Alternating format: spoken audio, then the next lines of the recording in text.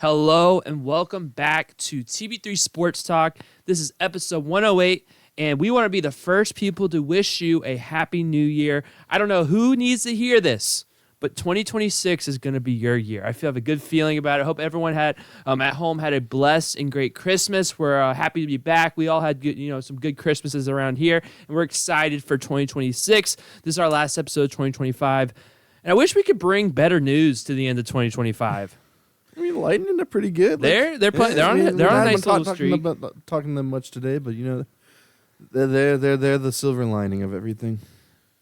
Yeah, there's some things to look forward to. Maybe that's the good news. New season, new year for all the teams in 2026, and more content, more stuff to talk about. More ways to grow as a podcast. So maybe it's bad news right now, but the outlook is pretty good. Yeah, and I do think this was probably the worst year of Tampa Bay sports in the 2020s, which is a high bar. I think the 2020s has definitely been the best decade of Tampa Bay sports. But you look back, USF football, a great breakout year, 9-4. I think that they were probably the brightest story in Tampa Bay sports, this year. But you look at the professional ranks, you got, what is that, a third straight first round exit for the Lightning, maybe fourth? Third straight. You have the Rays missing the playoffs for the second consecutive season, and you have the Tampa Bay Buccaneers, who we're about to talk about, in jeopardy of missing the playoffs for the first time since the 2019 season. I mean, they got first rounded back in February, right? January. They got first rounded back in January. Just a horrible game to watch. Mike Evans did get his extended streak last January. Me and Joel were at the game, so that was pretty electric. Mm-hmm. But in all seriousness, back to what we're here for. The Tampa Bay Buccaneers. We're actually going to talk about some of our favorite things that happened in 2025 later on in the show. So stay tuned for that. If you're here right now and you love Tampa Bay Buccaneers talk, or maybe USF Bulls talk, or maybe Tampa Bay Lightning or Tampa Bay Rays talk, or maybe just talk amongst your boys, subscribe to the channel on YouTube. Leave a comment down below, giving us your thoughts of the Bucs. Will they make the playoffs, or will they miss it for the first time this decade? So, anyways, the Bucs. Really, really bad. 4-game losing streak. Have lost 7 of their last 8 contests. Will, what's going on? Yeah, man, it's hard to just say it's just one thing. I mean, I just think from top to bottom, there's just a lot of stuff that hasn't gone their way. I think too, you just look at a lot of these losses, 4 points or less in the last couple of them, and just not having the clutch moments we've seen from the start of the year. Just some late game interceptions, or just not being able to get off the field at the right times. It's just been really frustrating.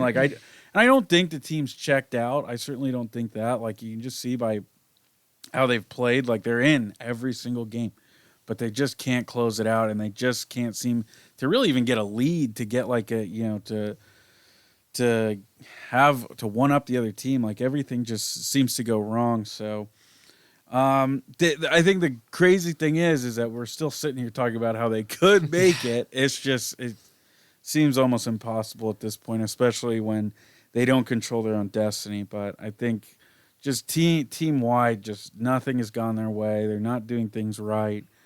But there's always a chance. Out of bullets, out of lives. Yeah, Fat Lady has not sang yet, but she is warming up her vocal cords. I really, like Will said, I definitely think that there's a lot of players in the Bucs that are still playing hard. But I think where the Bucs have kind of lost a lot, and I really, I can't tell you where this comes from. Is the mental fortitude. The Bucs seem to, when they find a deficit, or when they find, a challenging point in the game, they seem to not be able to shake that, recently. There really seems to be no, sense of, being able to withstand, a couple straight scores from Miami, or a score in the fourth quarter from Atlanta, or a touchdown late, or an interception in the fourth quarter, which really killed the Buccaneers against the Dolphins. Like, there really seems to be no ability to come back and kind of win despite of, or come back and make the heroic play after you've made a mistake, which was very, very apparent with the Buccaneers to start the season. I mean, there was a lot of nice words and good things to say about Baker Mayfield, but you look back at those first few games. I mean, I think about the Falcons game. I think about the Texans game. Baker Mayfield did not play very well. He really didn't. He was under 200 yards, I think, in both of those contests.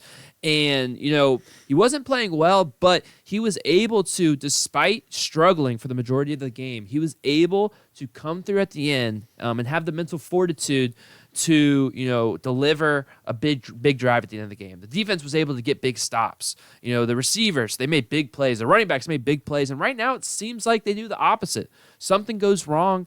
The Bucs, scoring their opening possession against Miami, and then a busted coverage happens, and we blink and it's a 10-point deficit at halftime. Like, there really just seems to be no mental fortitude with this Buccaneers team, and I think that's really what's causing the skid and what's made it just so bad down the stretch of this season. Yeah, I think Baker's doing a little too much. I think that's been his issue in the second half of this year, and we've seen it from time to time. And I think too, I think he's doing a lot of things that got him in trouble in Cleveland. I think he's banged up and he's played through it all season.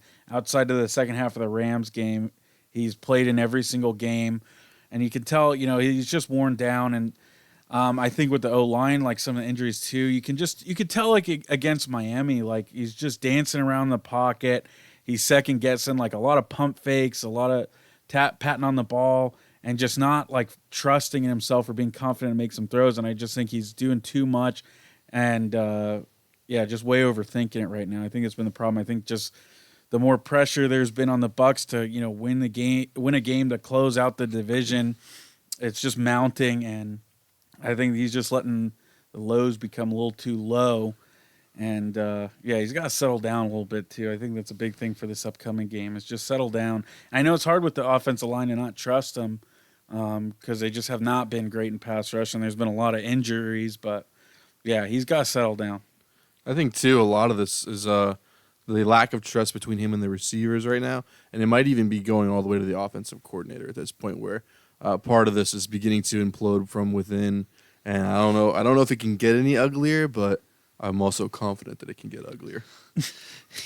Yeah, I would agree. I think that, like you mentioned, Will, I think there's a lot of moments where you see Baker Mayfield, whether it's vacating the pocket or pump faking or getting happy feet. Like, there's a lot of times where Baker Mayfield is doing things he doesn't need to do. Like, I think there's plenty of time. There's plenty of time for him against Miami Dolphins. I really don't think the Dolphins pass rush was very effective on Sunday afternoon. And I think there's plenty of times where Baker was just, getting antsy in the pocket when he had plenty of time. He was bouncing out and trying to roll out when there was no reason to do that. And I think that, Baker's just not playing to a high level of football right now. He's really not. I mean, the interceptions in the fourth quarter have just been killer. I mean, the Bucs are now 0-8 this season in games where Baker Mayfield has thrown an interception. And the last two games, really his turnovers have been what have derailed the Buccaneers. I mean, last week, a miscommunication with Mike Evans. I in my opinion, I think Mike Evans was doing the right thing. Baker Mayfield had broke the pocket. Mike Evans was doing the scramble drill. I think Baker Mayfield and Mike Evans, that's what they would do 9 times out of 10. And Baker Mayfield just kind of got antsy. And he, like you said, sped himself up and tried to do too much and just tried to make an anticipation throw when he didn't need to make it. And then you look at on Sunday against the Dolphins, I mean, that throw to Ibuka was ill-advised, and Double I know coverage. Yeah, man. and I know there's just no reason to throw that. Yeah, and I know the Dolphins safety made a good play. He vacated, but Baker is almost at a point where he's you have to have some anticipation as a quarterback, but it seems to be there's a lot of blind anticipation for Baker. It seems to me that he doesn't trust, like you said, maybe his receivers, maybe his offensive line, maybe it's the play caller. I think the play calling's been piss poor. I think it's been piss poor for a long time, and I think that. He's doing too much, and there's no reason to. I mean, we've seen since, it's been 3 games since all 4 of these wide receivers have been back together. We've seen Emeka Egbuka. We've seen all 4 of these receivers this season. Chris Godwin, Mike Evans, Emeka Egbuka, Jalen Millen. All 4 have separate 100-yard receiving games. Chris Godwin, Jalen Millen both had 100 yards against the Dolphins. The weapons are there. Baker Mayfield has to go back to being a distributor of the football. The offense has to lean on these receivers, and I think they did a better job against the Dolphins. But you look back to that Carolina game. I know we're kind of merging games when you have a podcast, but man, running the ball 30-plus times when you have those 4 receivers on your team is ridiculous. It's ridiculous, and I think I think this really a lot of this does stem from the play calling. The Bucs have been able to script up great drives. And get opening possession touchdowns. They did it against Miami, but the in-game adjustments and the adjusting to what the defense has done has just been terrible this season. And I really do think the play calling has really held back the Bucs offense. Yeah, I just think too because, and I've said it before on the show, it's just, with all that talent at wide receiver, I just feel like, again, you're not scheming guys open. You're not getting, they're going to have to focus on somebody, and somebody should just end up being open because you can't cover everyone on the field at the same time. And I just, watching some of the film, I wish we could show like highlights. I mean, one of the plays, he's got like, I don't know if it's a mistake, but you got like 3 guys all running kind of like a curl route in the middle, and then one guy's like getting covered down the sideline. And it's like, what are we doing here, man? Like that's just terrible. But I think too, like, especially a key for this game is just having a balanced offense. I think they ran way too much against Carolina. Yeah. And again, you ran for 169 yards, but still you didn't come away with the win. Mm-hmm. And I think just, they were able to kind of figure out, okay, now it's time for the Bucs to pass, and they would make mistakes and stuff like that. And then this game with the Dolphins, I think you didn't run enough. And, I thought Jalen McMillan had a great game. Chris Godwin had a great game, but yeah, you just need a balanced offense. You're just doing too much on one side of the ball these last 2 games and not focusing on the other or trying to build the other. So I think, one way to fix that is, just a balanced attack on both sides. Got to get Bucky some carries. He's got to get more involved. And, again, you got to get some of these receivers open. There should be somebody, open on every play, like I said. So that's my key to the game kind of early. But yeah, and I agree, like, you look at last week, Baker Mayfield throws the ball 26 times, and I think a lot of those attempts came in the fourth quarter when they're trailing. And you look at this game, Baker Mayfield threw 44 passes. I mean, that's an 18 pass increase, and it's like, why can't we find middle ground? Why can't we have Baker throwing about 30 passes a game and maybe pushing the ball downfield? I know Baker. I mean, his yards per completion has plummeted this season, and like you said, Bucky Irving, you give him 9 carries for 19 yards, but look, Rashad White and Sean Tucker have been workhorses for you when Bucky Irving's been hurt. They have been effective this season. We've seen them both have amazing games this year. They had 4 carries combined amongst the 2 of them. That is ridiculous. And there's no reason for that. And you have to have a balanced attack. Like you said, and you have to be able to use all your weapons. I mean, when you're an offensive coordinator and you have, 4 stellar wide receivers, a proven quarterback, and then multiple really good options at running back, that should not be a burden for you as an offensive coordinator. That should be, a blessing. That should be something that you should be, itching to get creative with and use, double running back sets and use, wide receivers in different spots and spread the ball around and get the ball into your playmakers' hands. That should be a blessing. That should be something that Josh Grizzard should be relishing in. But it seems like he's almost like it hampers him. Like he doesn't want to use all these people and he doesn't want to spread it around. A schematic nightmare for a defensive coordinator. No, seriously, and it's like Lord knows what Liam Cohen would have done with this offense. And I don't mean to bring him up, but seriously, like just to see the comparison and just to see I think I am pretty sure. So the Bucs went over. They had 399 yards. Am I reading that right? The Bucs have only gone over 400 total yards one time this season. They did it 10 times last season. It's pretty stark difference. The offense, I think the defense is much maligned, and we can get into that in a second. But the offense has taken a major step back and has been a major problem for the Bucs. And I mean, again, defense has its problems. A busted coverage by Tyke Smith. That just can't happen. And you can see how that takes the wind out of your sails. And then, again, second straight game without forcing a turnover. That's a big problem. But you look at this defense, 3 points allowed in the second half.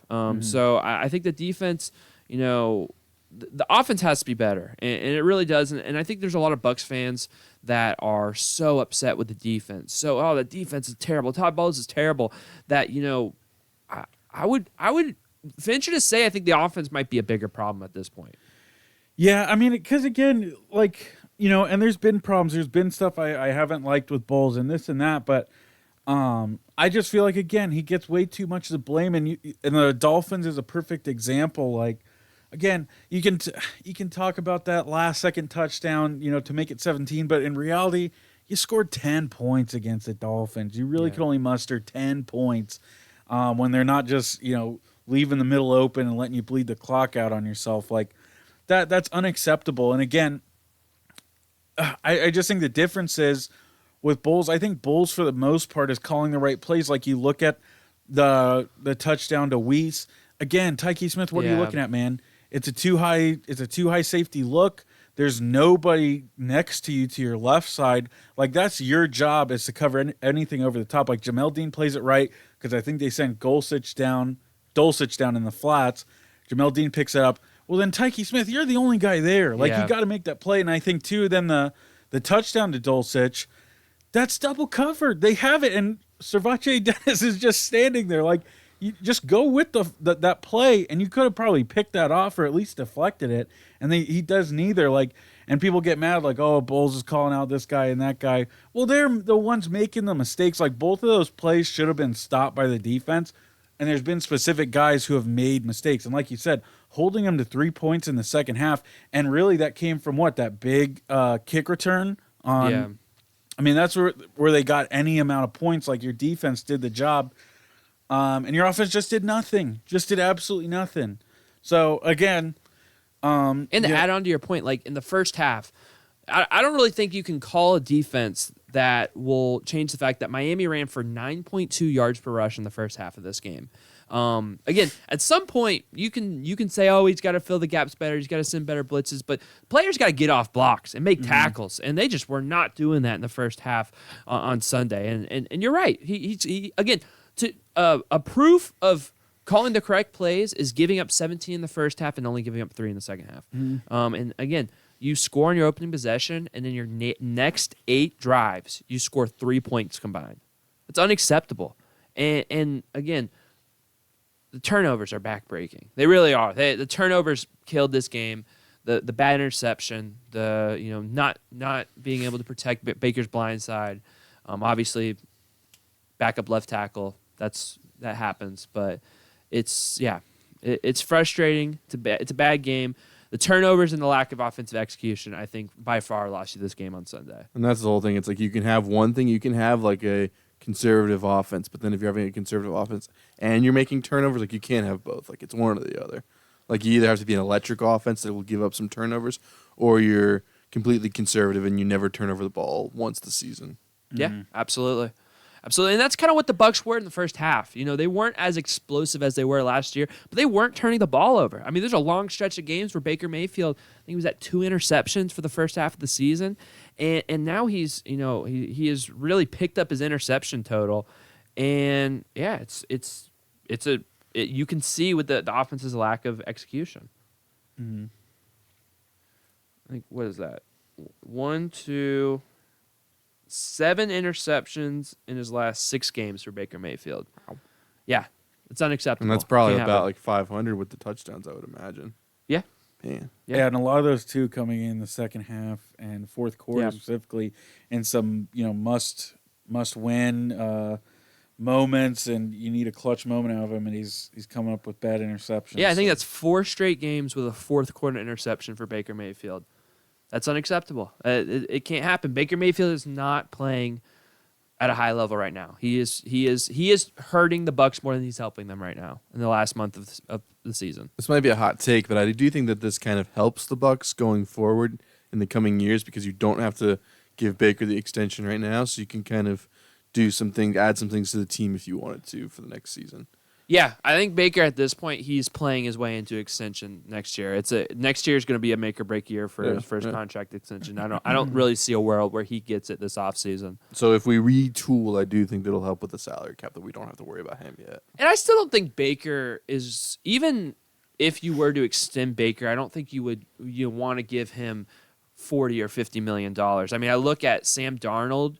He got 3 years at about $100 million, about $33 a year. I think that's kind of the rate that you'd want to get Baker. You don't again. You saw how much $50 million to Daniel Jones hampered the Giants, and I think that kind of inflated the quarterback market, and the quarterback market's starting to kind of settle down after that nonsense a little bit better now. Where is Baker? I think he's around that number right now, isn't he? I think wasn't he 3 for 75? Isn't he $25 million?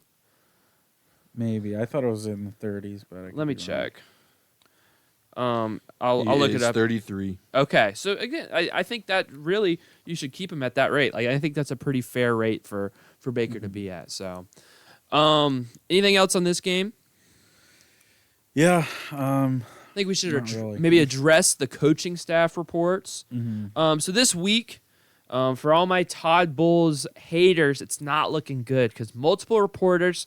You have Ian Rappaport, you have Jeremy Fowler. Both of them have reported that it will be unlikely that the Buccaneers will part ways with Todd Bowles. Todd Bowles just signed an extension this past offseason, making, again, I know buyout's a word we use a lot more when we're talking about college football, but it still exists in the NFL. And Todd Bowles' buyout, because he just re-signed that, signed that contract extension, would be pretty hefty right now at this time. But also, the Jeremy Fowler article mentioned that Josh Grizzard, his seat right now is pretty hot. It could be a very potential, one and done thing for Josh Grizzard. But I think it's fair because, again, he's a guy you took a chance on, you promoted on in staff. It's not like a guy you went out and brought in for a multiple year deal. Like you gave him a shot and it just has not worked out for him.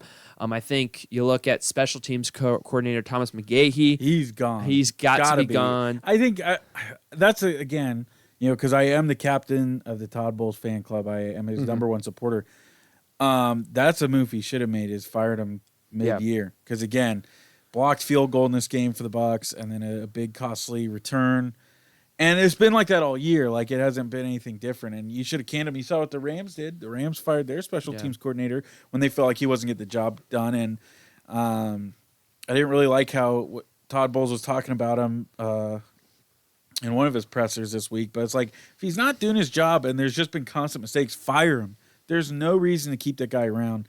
And there's no reason to keep him through the end of the year because you still are making silly mistakes. So, again, this comes down to a must-win game for the Bucs, and we can't afford silly mistakes on special teams. Can't afford giving the Panthers short field every time we kick the ball off or punt the ball or get blocked field goals. So, I think he should be gone, and I think he'll be gone at the end of the season, though, at least. I agree. I think one thing that I can criticize about Todd Bowles is he's had a lot of this same staff together for a long time. A name that keeps getting brought up is Larry Foote. He's the linebackers coach, the outside linebackers coach. He should go too. He has to go. And you have Bucs legend Warren Sapp on Twitter openly slandering this guy. And I think Warren Sapp knows a thing or two about playing defensive line in the NFL. But I think Todd Bowles, again, we know him as this very nice guy. I think if he's going to want to keep his job and really take the next step as Tampa Bay Buccaneers head coach, I think he has to retool his staff into less of his friends and more of people that can help him out. I think if Todd Bowles is going to be the coach next year, I think there needs to be some major staff changes headed into 2026. Let me just put my take on this. The Bucs signed John Gruden to a 3-year extension the year before they fired him. So the Glazers have been known to fire coaches that recently got extensions, and a lot of the reports we're hearing, I think, are kind of opinionated. I would agree with that. Like, I do think that both these reports are. I think these are very reliable reporters that have information and have insight into the building. So I would think they would have a guided opinion of what they've been hearing, but it's not like I'm hearing reports that Todd Bowles' job is safe. It's more like if Todd Bowles, he's got a big buyout, and the Glazers don't really want to pay that, so we don't really know. So I would agree with Joel that it is more opinion based. So you can I'm curious what the buyout was for Gruden, but they have done it before, and I could see him doing it again. Mm-hmm. Especially if this next game's as ugly as it could be, like I think a buyout could be coming. And that's coming from the official Bulls hate fan club over here. Well, and it's interesting because I don't know if the Glazers or the people inside the Bucs, Jason Light even, I don't know if they have as much of a pulse on the Buccaneers fan base and really understand how much of the Bucs fan base is truly done with Todd Bowles. I mean, he was getting booed off the field in their last loss at home against the Falcons. The fan base has, almost 100% turned on him. I mean, there's a few, survivors in Will's camp, but there's a lot of the majority that have turned on Todd Bowles. I think, some of the quotes that we've heard from Todd Bowles, basically, in the last 3 or 4 games, he has, thrown his players under the bus, saying, and again, is he wrong? No. There are key execution lapses by the players, busted coverages, not making a tackle. Like, these are things that Todd Bowles cannot control. You could say, oh, well, why is he not coaching them? He is telling them to be in the right spot. Yeah, I'm not going to blame a coach for, busted coverages because, again, the coach is never going to coach up a team to be in the wrong spot. So I think that's a little naive. But I think I've not really thought that the way Todd Bowles has handled the press after these losses has been good. I think, throwing your team under the bus, kind of saying the leadership's good, but the execution is not, over and over again. You're seeing arguments, all up and down between players. You saw it with Vita Vea and Hassan Reddick. You saw it with Tristan Wirfs and Bucky Irving last week. Like, I think the locker room's in a really, really bad spot, and I think that, you could say what you want about the play calling, defensive play calling, the defense in general, but I do think where the locker room is kind of the only thing that makes me think that, even with these reports, I don't know how Todd Bowles can come back. Like, the locker room really seems like it's in a pretty poor spot right now. You can see it on the face of Mike Evans. Like, it's getting ugly. He's 62 years old, too, so they could just say, hey, put out a press release that you're retiring. And I don't know about the locker room stuff because, again, like, you're talking about competitors. You're talking about guys who, this is their job. This is their livelihood. Like, you're seeing guys frustrated on the sideline. That's just a part of football. That's going to happen. Like, it makes me so mad. Like, just seeing some of these reporters, like Joe Bucks fan, like taking a picture of guys sitting on the bench, like, oh, pretty lifeless here on the sideline. What NFL team doesn't like have guys sitting on the bench at any time? Like, for the most part, and from playing in high school and in college, when the offense was on the field, I played defensive line. We sat on the bench. They made us do it. They made us sit on the bench. They had us sit there. They'd go through some adjustments, this and that. So, like, again, I think a lot of it is the media stirring it up. I don't necessarily think that the locker room is checked out again because that I would expect to see a checked out locker room getting blown out, not showing up, starting off sloppy. And, like, again, we see on Sunday the Bucs go in and they go and score a touchdown. They go execute. But defense gets a 3-and-out. Like, I just think you would see a lot different stuff than that. And just because somebody's like frustrated on the sideline, I understand Bucky being frustrated on the sideline. The offensive line has been terrible. And you have guys like Tristan Wirfs who aren't playing. And I just think, I don't know how bad that injury is, but like that frustrated me a lot as you're in a must-win game. And I think it was a toe injury. You can't get out there because of a toe injury. I mean, goodness sakes, like that makes me mad. That really makes me mad. And again, it's frustrating. Like you see Mike after the loss to the Falcons, he's frustrated. That's not really them being checked out or the locker room's in disarray. You had that game won and you made a bunch of mistakes and a bunch of stuff didn't go your way and somehow you end up losing that game. That's going to be frustrating, especially from somebody who just came back. He wants to win. We don't know if this is his last year, and I think from what he said he isn't, but it could have been. And you don't want to go out in your final season, Hall of Fame career, losing to a bad Falcons team at home and missing out on the playoffs. So they don't want to be in the playoffs. They want to finish the season strong. So I don't believe in the locker room stuff really at all. I think it's all hearsay. I think it's all media stirring the pot. Like, I just remember too, like, I think it was 2022 that like Mike Evans was checked out and this and that, and he's upset and this and that. Then it's the last week of the year and he just runs all over the Panthers in the last week of the season. Like I remember seeing tweets about how, like, look at Mike Evans' face after this game. It's like it's just we're doing too much. I would agree, and I think a lot of it does boil down to frustration. But the two things I would push back on is I think when you see the frustration and you see the outbursts on the sideline, and whether it's the media, being dramatic or taking things out of context, like that's one thing. But then when you see it kind of translating onto the way the team is playing on the field, which at times has looked lifeless, has looked like they're not able to, handle adversity on the field. Like I think that's where that correlation kind of makes me kind of raise my eyebrows and think maybe there's something, bigger going on in the locker room. And my second thing is the point of, the Bucs hanging in the games, rings true, but I mean, you got to look at the teams they've lost to. I mean, the Saints, the Falcons, the Dolphins all have, losing records. The Panthers were at 500 when they played them. These aren't exactly like, great teams that the Bucs have been playing. The last time the Bucs played a great team, they did get blown out. So I do think that there's something more to be said. I mean, you look at the Dolphins. I mean, man, they got shellacked by the Bengals the week before they played the Bucs. There's no reason for Tampa Bay to be losing that game. It's really inexcusable. If you ask me. But I just think there's a little bit more correlation for me to at least raise my eyebrows and think, man, I think there's something going on. I don't know whether it's, a bad apple in the locker room and there's a player ruining it, if it's just a bad mix of people, if it's a coaching problem, if there's I don't know what it is. I'm not in that locker room. I don't know, and I don't think we'll ever really know. But there's enough evidence to point that there's something going. The locker room is not fully bought in like past Bucs locker rooms. If by some miracle they make the playoffs, I think the Rams could put like 70 on them. Gosh, I'm really hoping somehow we don't get the Rams, but it's probably the Rams. Sean McVay's gonna be like, "Hey, watch this, guys." that is my worst nightmare. Ugh. Maybe it's a revenge game. Oh no, I think too. I mean, with back to the buyout stuff, I just think like even if Bowles comes back, you can obviously do some things that can help the team. I assume there'll be conversations about hiring a defensive coordinator. I think that would be some stipulations of him coming back. And I think, cleaning house. Charlie Strong, like, see you later, buddy. Again, just clearing out some guys. And I think if you brought him back, I don't see why it would be such a bad thing, especially if you don't want to pay that money, pay his buyout. I think if you made some changes to the coaching staff that isn't just the head coach, I think this team is fine. I would agree with that.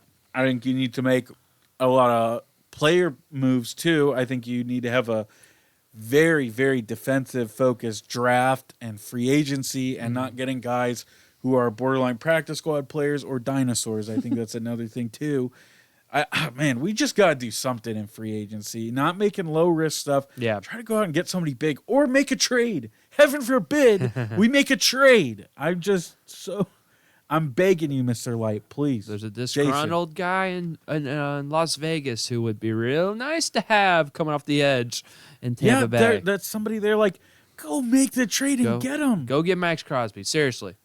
Like, you need this defense that Todd Bowles runs needs pass rush. Most defenses do, but his defense needs pass rush. And you gotta risk it for the biscuit. That's what Bruce Arians always said, and we need some of that from Jason Light. Yeah, and if you're not going to go make a trade like that, you got to get somebody big in the first round. Yeah. A big pass rusher. Like, you just look at some of the guys they missed on and they didn't go after. Like, you look, James Pierce for the Falcons has more sacks than any Bucs defensive lineman. Just him alone, more sacks than any Bucs defensive lineman.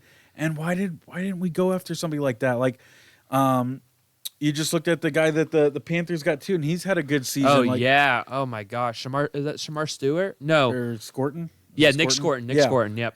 You just look at guys like that, and instead we're going after and getting a guy from Central Arkansas. He doesn't even play because he gets hurt. And I'm not saying maybe he could have a great guy. Maybe he would have a great career. Maybe he will. So kind. And maybe I'll be eating my words, but you don't need developmental guys. Mm-hmm. That guy wasn't going to make an impact this season. Elijah Roberts has not made a big impact this season. You need stars. You need somebody big in the first and second round.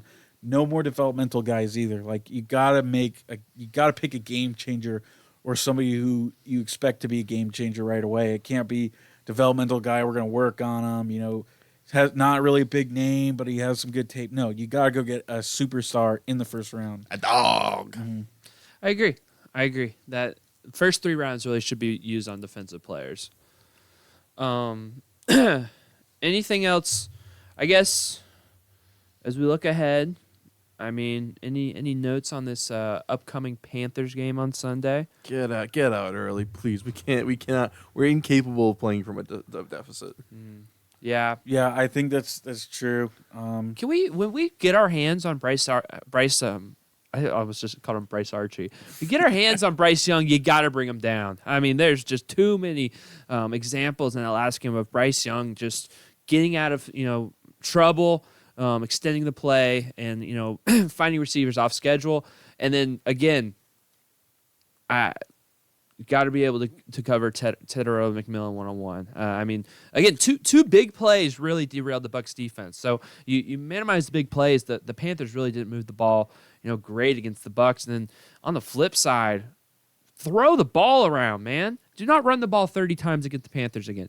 Chuck the ball around. If there's one thing I could be happy about, seeing Jalen McMillan get 100 receiving yards and be used again, that was awesome. That dude almost got paralyzed on the field in the preseason. And he had an amazing game, and he looks as good as ever. I mean, he looks like he hasn't skipped a beat. He came back against Atlanta, and he was contributing. You got to spread that ball around. Emeka Egbuka has, you got to get him the balls as well too. You have to spread this ball around. Use your receiving core. It's like the best in the NFL. Got to spread the ball around and use the receiving core. And then obviously we spoke on it. Can't turn the ball over. Got to win the turnover battle if you want to win this one on Saturday. Yeah, Saturday at 4:30. Yeah, I think you really said the best. Balanced offensive attack. Do what's working, but don't go away from one of the sides of the ball. You got to be balanced. You got to attack Bryce Young, get after him. And I thought, like you said, you got to be able to bring him down. I thought they got after him pretty well, but you got to be able to bring him down. So I think that's really their key. And then root for the Saints. I hate Tyler even saying Shuck, that. the best player in the NFC South, come through for us. The best quarterback in the NFC South. Yeah, I mean, yeah, and I guess they did a pretty decent job stopping the run against Carolina last game. Got to continue to do that. Yeah, they shut him down pretty well. Yeah, so Dowdle and Chuba Hubbard. Yeah, and that's what Carolina wants to do. But Carolina's defense has been really, really good. You mentioned Scorton's been playing good. Like they shut down the Seahawks last Sunday. Brown, J.C. Horn. Yeah. Mike Davis? I think his name, the other cornerback. Yeah, they've played pretty well. So the Bucs offense does have a challenge cut out for them. So again, you just want to be able to spread the ball around, and that's what I'm looking for. Just spread the ball around early, like you said, get a lead, chuck the ball around early. You just ran it down their throats, kind of successfully, kind of not in Carolina. Switch up that game plan and come out firing early on because you want to take a lead. You gotta. Mm-hmm. All right. So that game is Saturday, 4:30, ABC. That's an interesting one. I don't think it'll be Joe Buck and Troy Aikman. I think they'll have the other one. I think it's Fowler and Louis Riddick and Dan Orlovsky. Okay, I don't mind that. What bowl game was it? Was it last night? Yeah. He did the Alamo Bowl. Yeah, he was saying he was heading to Tampa. Yeah. So I assume it's that crew. Yeah, that makes sense. He's a good. I like him at color commentator. He does a good job. So yeah, 4:30 ABC. Tickets are under $80. I'm kind of considering going. I don't really want to give the money to this team, but show out. This team 5 straight playoff appearances, 4 straight NFC South titles. The least you can do is show up for them in a potential winner end game, no matter how bad the season has been down the stretch. So root for your team. Root for your team and show up. And here at TB3, I'm making a proclamation. Don't root for the Bucs to lose. I understand. Come on, draft pick, the draft pick of a wild card to an 8 and 9 is like 3 picks. It's not going to make a difference. The playoff, you'd rather have the playoff experience, rather have the chance to get in the dance and see what happens. I'm not. I guess I'm If making a it, proclamation if it means for me. more Todd Bowles embarrassment, I'll take it. I'm not willing. I'm not willing to do it. I'm not willing to do it. I'm gonna cheer for the Bucs forever and always, unless they're like 1-16 and they're fighting for the number 1 pick. JC Cornell, you're a fake fan. I saw you sold your season tickets. Wow. This game. I saw you did it, and you probably gave them to a Panthers fan too, buddy. I had to call him out. I can't stand that guy. Wow, he has been real negative. He's been negative from the start, and I don't even know if some of it's satire. I mean, I'm pretty sure this guy wanted to. I think he wanted to fire Bowles for Grizzard, and just make Grizzard the head coach. Ooh, that's a bad take now. Yeah, that's not looking very good. All right. We're going to go down to the college level. The Bulls season has been over, but when it's college football in 2025, the season just starts when your bowl game's over because we're talking transfer portal. The Bulls obviously had a very successful 2025 season, which means that there's a lot of Power 4 teams that want to poach their players, and that has been apparent. 13 USF players are currently in the transfer portal, and I'll start off with the biggest one. It's quarterback 1. It's number 17. Byron Brown has announced his intentions to enter the transfer portal. Right off the get-go, guys, how do we feel about the decision? How do we feel about how USF will be able to rebound? What are our thoughts? Get your bag. I'm sad about it. I mean, I think he knew the writing was on the wall that Byron Brown was not going to be the quarterback here next season. Just a fan of me was hoping there'd be some way he would stay, maybe wanted to play for Heartline. My thing, please don't go to Auburn. Please, please, please, please, please don't go to Auburn. It would be so funny if Golish doesn't get his guy and he lost all his team in the portal, which they have more guys in the portal than USF. Nearly double as more guys in the portal, actually. Yeah, you knew it was coming. I just wanted to have some hope, and maybe that wasn't a good thing. But, yeah, just don't go to Auburn. That would be the funniest thing ever, and it would make me less bitter. It would get rid of some bitterness I have over this. Is Auburn's quarterback in the portal? Yes, Yeah, he just answered. Gone. Yeah, That's funny. I agree. I mean, so much respect for Byron Brown. He finishes his career, top 5 in USF history in passing yards, passing touchdowns, rushing yards, rushing touchdowns, all that good stuff. On a short list of players have 3,000 passing yards and 1,000 rushing yards in a single season. Just an amazing career, one of the greatest Bulls of all time. Maybe that could be an off-season post or episode talking about who's the greatest Bull of all time. But just, a joy to watch, a joy to cover this year. And I do think, again, like you said, the writing is on the wall, but I do think USF will be able to rebound. I think, obviously, they have, 2 quarterbacks on the roster right now that are, freshmen without a collegiate start. So they're definitely going to, go portal heavy for their quarterbacks, probably bring in at least 2, maybe 3 quarterbacks through the transfer portal. And I think USF, with their revenue share money, with their success, with Brian Hartline's track record, I think they're in a great spot to bring in, a pretty talented quarterback. I think that, there's a lot of them on the market. There's a lot of options.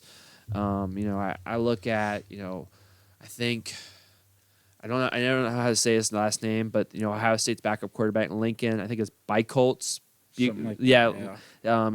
thinking about entering a transfer portal. Might be able to reunite with his old offensive coordinator. I mean, you look at Memphis's quarterback AJ Hill enters the portal.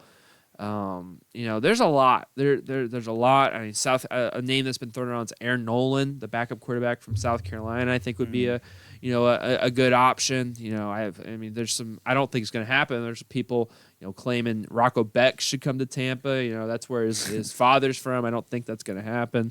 But I think there's a lot of good. There's a huge amount of players and quarterbacks in the portal. So I think the USF will be able to, find a way to, recover and recuperate the quarterback position. And I also want to come on record and say this. Byron Brown is the best quarterback in the transfer portal. Brendan Sorsby is not better than Byron Brown. DJ Lagway is not better than Byron Brown. Drew Mestamaker is not better than Byron Brown. All these lists that are telling you that he's number 2, number 3, number 4. I've seen him as low as number 6. That's not true. Byron Brown is the best quarterback in the transfer portal. Whichever team gets him is going to be in a great spot to compete in 2026. Oh gosh, bro. That would break my heart. I hate Miami so much. Would rather have him there than Auburn. No. That's how much I despise Auburn, and I want to see Auburn fail. I want to see him be the worst team in the SEC. But no, you mentioned the guy I want. I want AJ Hill. Yeah. I want a package deal with him and Sutton Smith at running back. Oh man, give it to me. That's what I want the most. I think there isn't a whole lot of like who could be coming in outside of Bryson Rogers, a wide receiver from Ohio State. He hit the portal. He's from Zephyr Hills, so I think that's somebody we'll probably see reunite with Brian Hartline at USF. But another one that I saw, so USF offered a cornerback from Slippery Rock, Division II school, I think. Kanye Thompson. He's a cornerback, and then also T.J. Bullard. He's a linebacker at UCF. He is the son of Thaddeus Bullard, WWE superstar Titus O'Neil, who has a lot of involvement with USF. That so guy's I think everywhere. That guy literally is everywhere. But he's I've seen him at multiple USF things, so I think there's a good chance he might come back to his hometown of Tampa Bay. So that's just some guys to look at. But yeah, so we talked about Byron Brown, some other names to mention on defense. I think we'll get to this in a second. Defensively, there's 3 starters. To mention, cornerback Jarvis Lee, led the team in tackles for loss. One of the hardest hitting players I've really been able to see.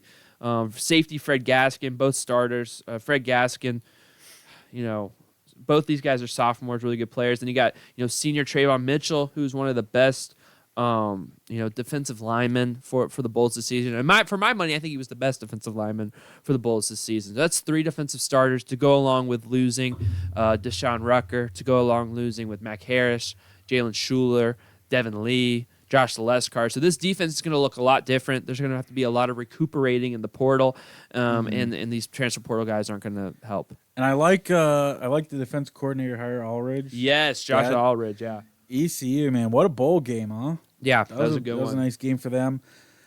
Yeah, I'm excited to see all the moves they make. A lot of those names, like Jarvis Lee. Oh, it hurts. Oh, that hurt. Fred Gaskin.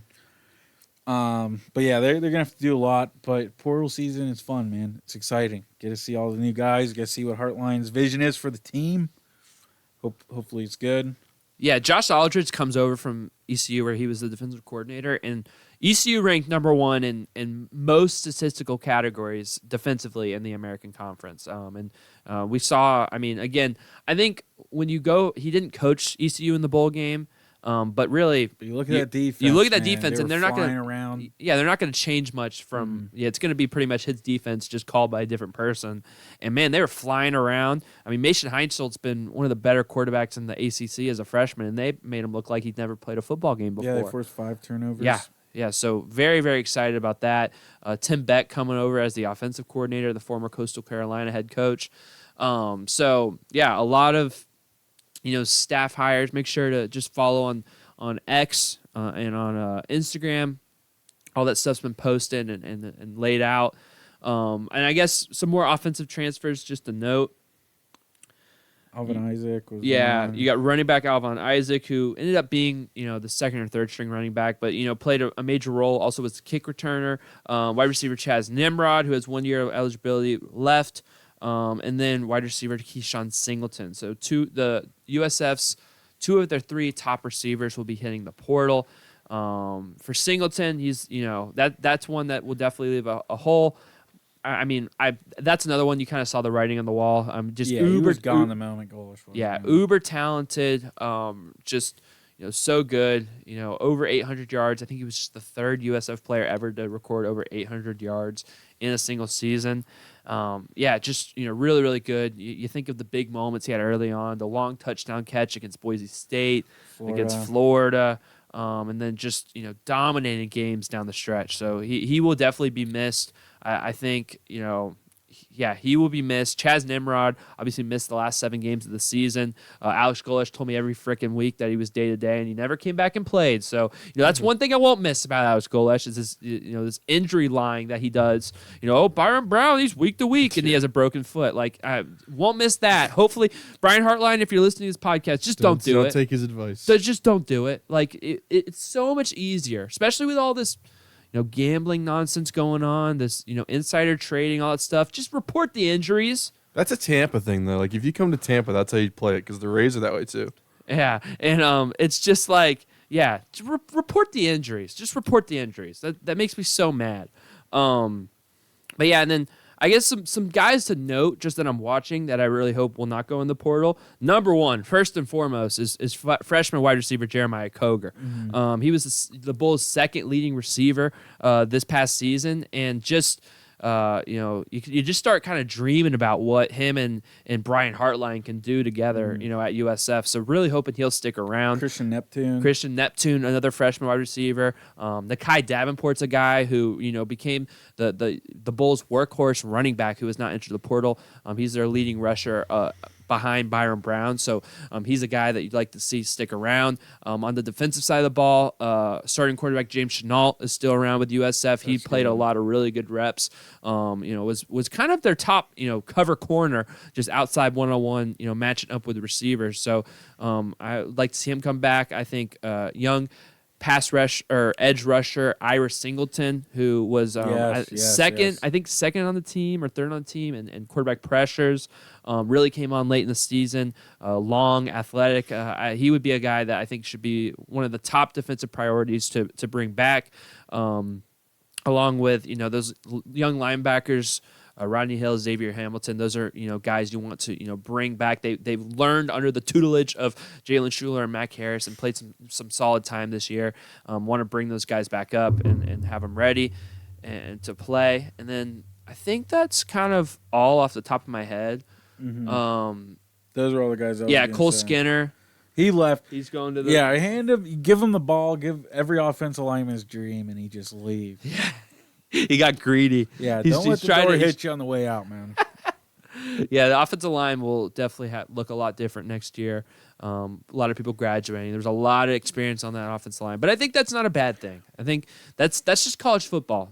Rosters are going to look a lot different from year to year, especially when you're USF, when you have so much money to give out, but you're also still a Group of 5 program. It's not safe to buy football jerseys with USF. No, that's the lesson I'm learning. But, okay. I'm old school, man.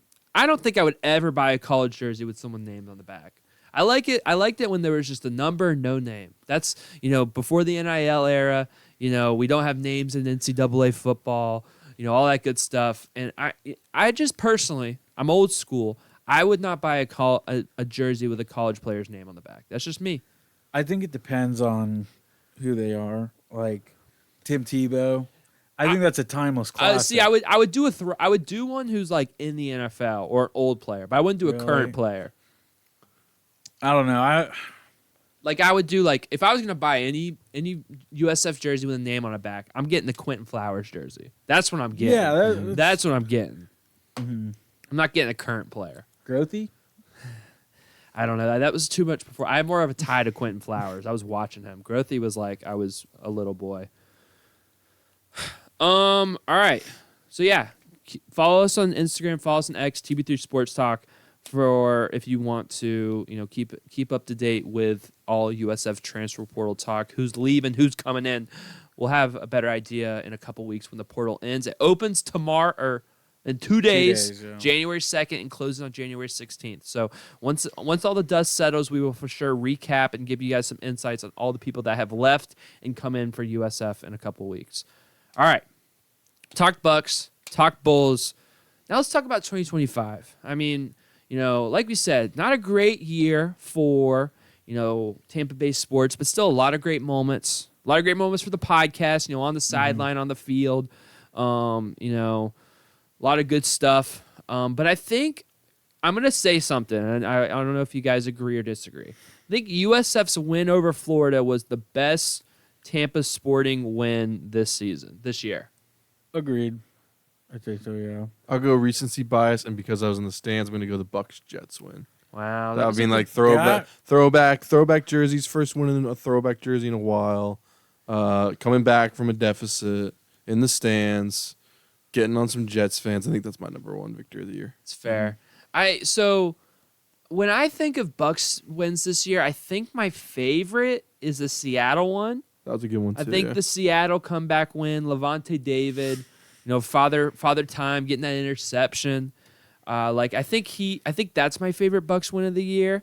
I think it's fair. I mean, you can use some of the same arguments. Throwback game, comeback. Yeah, it was on the road. I wasn't able to. That's a fun game to be at that Jets game. I think of Rays Cameron Meisner walk off on opening day at Steinbrenner. That was pretty best awesome moment. There was I think there was honestly the first game of the year. Yeah, we'll always have May. May and June, and then July hit. But I mean, I think that for the Rays, Lightning, I don't know.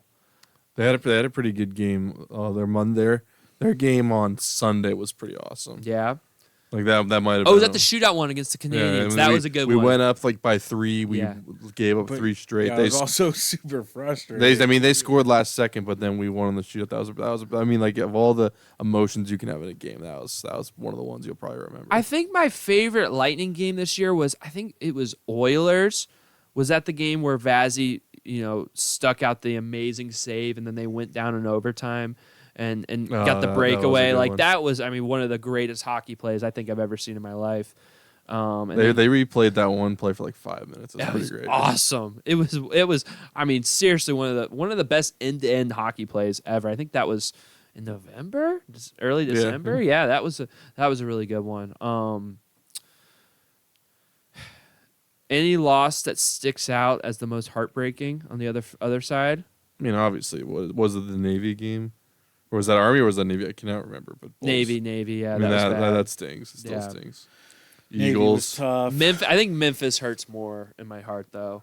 The Memphis game. I think about that when the Reds, Sedane Raphael walked off Pete Fairbanks over the Green Monster. There was a game against the Phillies where I was in the stands and I called everything that was going to happen, and it hurt so bad. Like the Rays fans in front of me were like, "Why did you just do that?" And I was like, "I've got a gift."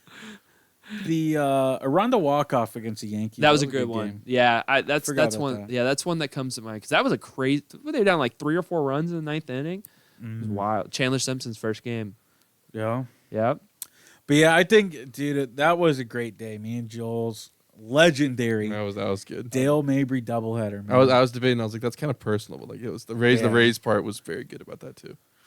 The Rays win that night? Meeting my hero, Stu Sternberg. They did win that night. Oh, and you talked. We met Stu Sternberg. My hero, Stu Sternberg. Then you guys gave him propaganda on the podcast the day after. He was a class act. Yeah. Oh, here we go with these guys again. Talking to his fans, giving out autographs if I'd asked for one. He would have given me an autograph for sure.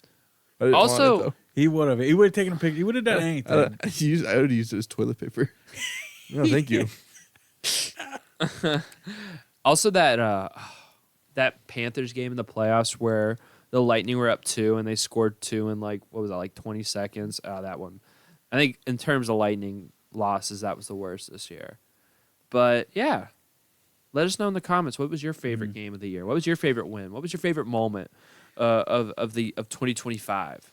Yeah, I think too, man. Special shout out to Bayer Exam. Yeah. Heartlines hero. Shout out to the boys in the group chat and for everybody who supported us because, man, I had so much fun getting to cover the Bulls this year, getting to go to the games. Me and Cole had a couple of road trips. Yes. Down in Miami, Gainesville. Cure Bowl was awesome. I loved it. I know you were a lone wolf in there. Mm-hmm. Yeah, I don't know. So just shout out all you guys. Thank you for making that possible because, man, there was nothing like being there for some of those moments and, getting to see some stuff. And that was just really, really cool. So thank you guys for the opportunity. Thank you for the support. Yeah, I agree. Ditto to that. And yeah, we're still coming strong for 2026. We hope all of you guys had a blessed 2025. We hope that, through our podcast or social media, whatever it is, we were able to make it just a little bit better, however we were able to do it. So thank you guys for listening, supporting, whatever you guys do. We really, really appreciate it here at TB3 Sports Talk. and we're ready for 2026. We're ready. We think it's going to be a blessed year for us and for all the other people. So we're thinking about that. Thank you guys for supporting. Thank you guys for listening. Comment down below favorite moment of 2025 Tampa Bay sports, or if you think the Bucs are going to make the playoffs or not. We'll take bold predictions in the comments. So would that then end up being the best thing of 2025 sports wise? No, because that's going to be 2026. Yeah.